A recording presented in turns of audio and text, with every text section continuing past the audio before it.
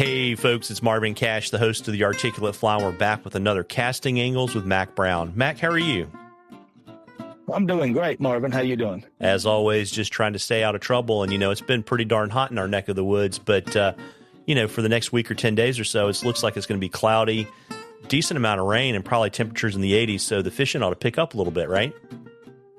Oh, it has. I mean, I was down at Low Country last week, and, it was up triple-digit heat index. And the day I got home, I think it was Wednesday morning, we were 72 for the high, overcast. And it's kind of been that pattern this whole time, and here it is Monday, and it stayed like rain every day, overcast days. Fish are looking up. It's a big change from what it was before I went down there. Yeah, and so on the hatch front, what's the bug of choice these days? I'm throwing a lot of suitability on like little tiny mayflies in the morning. They're similar to tricos, mahogany color, because we're having those, like huge spinner falls of those about 10 a.m. every morning. And that's really what's been best, is throwing really tiny, either midges or the little pseudos, one or the other. But the small flies are king right now. Yeah, and so I would imagine you're probably fishing up in the park and not down low, right? Well, I'm fishing a lot right below the house, too. Just, the state water. It stays plenty cold just because it's just a lot of foliage the whole way down. And when it comes out of the park, it's not a big difference going up a mile or 2 miles than what it is right here. The lower elevation before it goes in, into Bryson, into the Tuckasegee. So, I think all the park streams are with these rains are cooling down quite a bit. Yeah, which is also a little tip for folks if they're on the big water to go fish where the small creeks come in, because the water's going to be cooler. That's right. That's right, for sure. And it's like, I haven't done a lot of warm water fishing the last few weeks. Mostly when as soon as I got home, it was back to, a lot of stuff on the freestyles teaching. And it's like they all want to do trout. So if they want to do bass, I'd go do it. It's just everybody that's here right now wants to do trout. So the trout, I'm just thankful it's cooled down. The water temp this morning was 56 degrees, which is nice temperature for this time of year. Yeah, absolutely. Because I know checking the temperature gauges over on the Davidson and Brevard, in the afternoon, that water's up in the low to mid 70s. So it's no good. And, I was talking to, actually, it's kind of funny, right? I was at ICAST last week, and I literally walk in to check into the hotel, and Kevin Howell is down there eating breakfast with his wife. And it's always funny because it seems like wherever I travel, I either see him or I go fish in Montana and I walk in a bar and there's half his guide staff. And, we were talking about the fish, and he's like, basically once spring was over, it got kind of tough and hot. So. Yep. Oh, it did. I'm just thankful all the, high elevation above Bryson. It's nice having that elevation. Yeah. Coming off of like the left prong, about 6,700 feet. So most watersheds don't have 6,700 feet. So like, I feel bad for our friends just to the south, down, like North Georgia, it doesn't have near that elevation to keep it as cold. So I'm sure it's hotter. Yeah, absolutely. Yeah, and it was interesting too, right? So, I know you've been to ICAST before, and we tried to tempt you to come over from Hilton Head for a day, but, it was my first time there, and it was an experience. That's a fishing show on a completely different level. Oh yeah. Yeah, it's a lot. There's a lot of good industry stuff there for sure. And I was going to try to make it, and it's just ended up having work, Thursday, Friday, Saturday, Sunday. And it's like when I left out of Hilton Head to beat all the beach traffic, I think I left about 3:40 in the morning. I wanted to get home before it was, getting hot. And I thought it was going to be hot. And to my surprise, it stayed cool all day. To be outside was nice.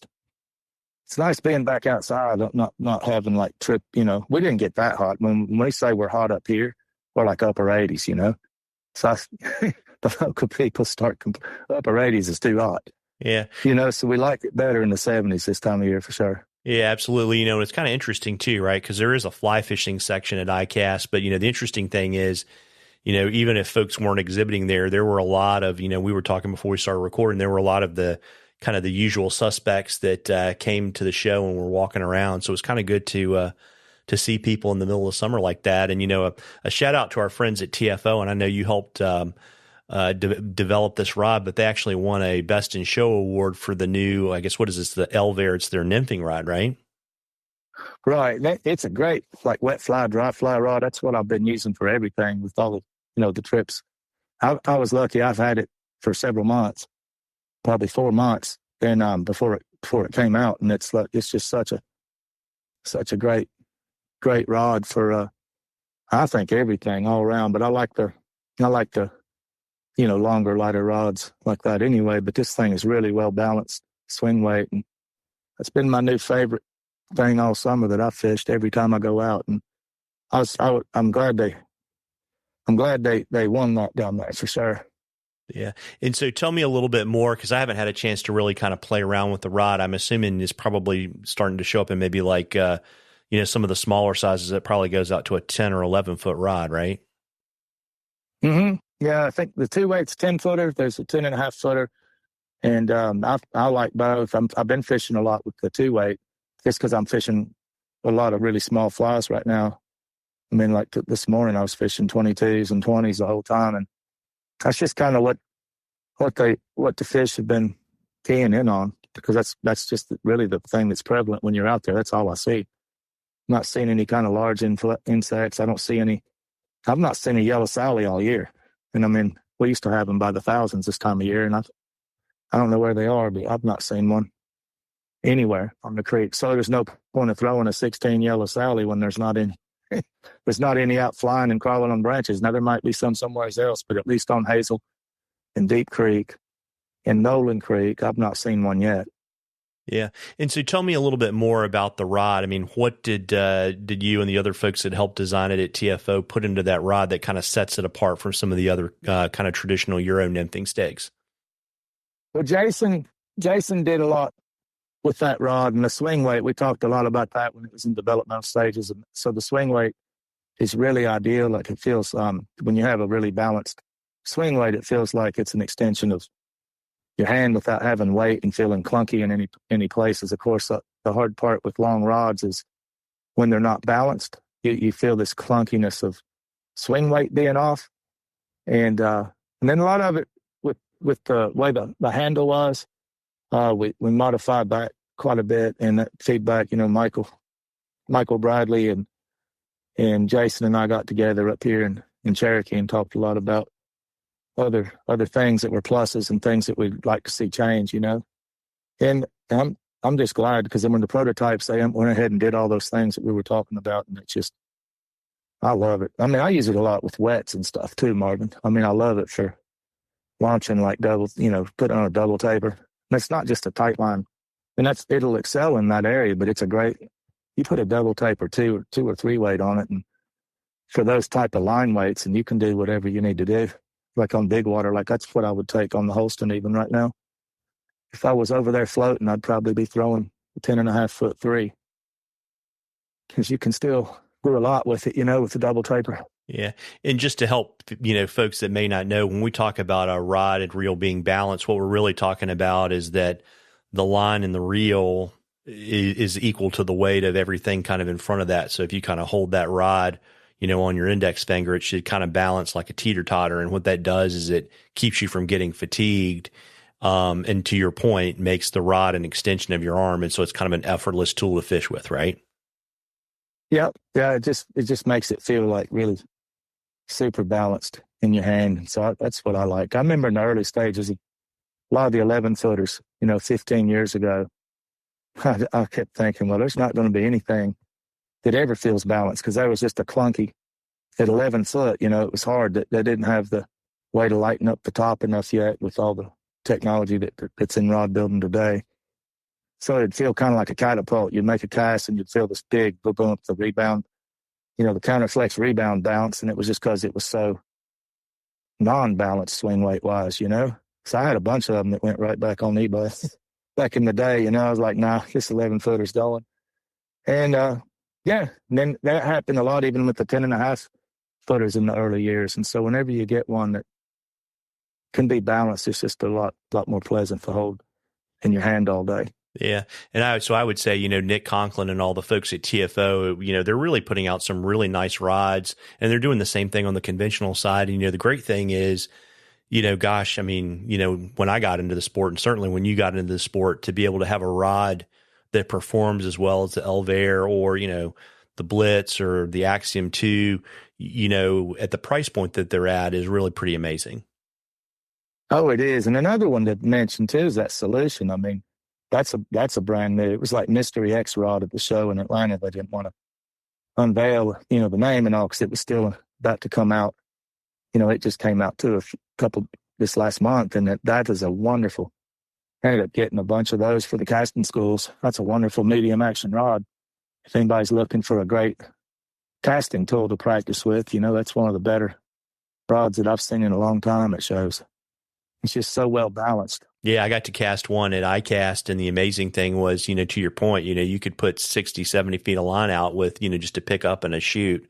But if you wanted to mend line up close, that medium fast action, that little bit of softness in the tip really allowed you to manipulate the line really well up close. Oh yeah, it's just and it's an awesome roll casting rod too. If you like doing long distance roll casts, it'll really help with that because it's just got a lot of. It's so well made at the medium side. It's not too fast. It's not too slow. It's basically just right. It's the ideal casting tool. Because as you know, the last 20 years, most rods have gone fast off the deep end. Well, they're just too fast. I don't know of a casting instructor in Europe or here that's advocating anything super fast, And it's nice to see that come out just for the fact that it brings back rejuvenation into the medium action that are, like the things that most people like to throw. So I think that'll be a big hit. Yeah, and it's interesting too, right? So, we're getting towards the end of July and, depending on where you are, I was amazed, school systems in Tennessee are going back in like a week. That makes you start to think about fly fishing schools. And, when it cools off, you're going to have some schools for folks, right? Oh, yeah. Yeah, we're going to have some schools start in October and got some casting schools in September. I think there's still one spot in that left, and then the school's November. And so I'm looking forward to the fall. I'm looking forward to cooling down. I'm going to be in Arkansas the first week in November for the club there in Mountain Home for 3 days. I'm looking forward to getting back down there and fishing there on the white, and get to see Davey. And of course, then we're going to do our Upper Peninsula thing again, early October for Kings in the driftless area with Jason and Ed Engel and Jeff Currier. And I don't know. There's a bunch of folks coming. There'll be a whole bunch of folks that I'm looking forward to spending time with. It'll be a week. I think we'll stay up there a week.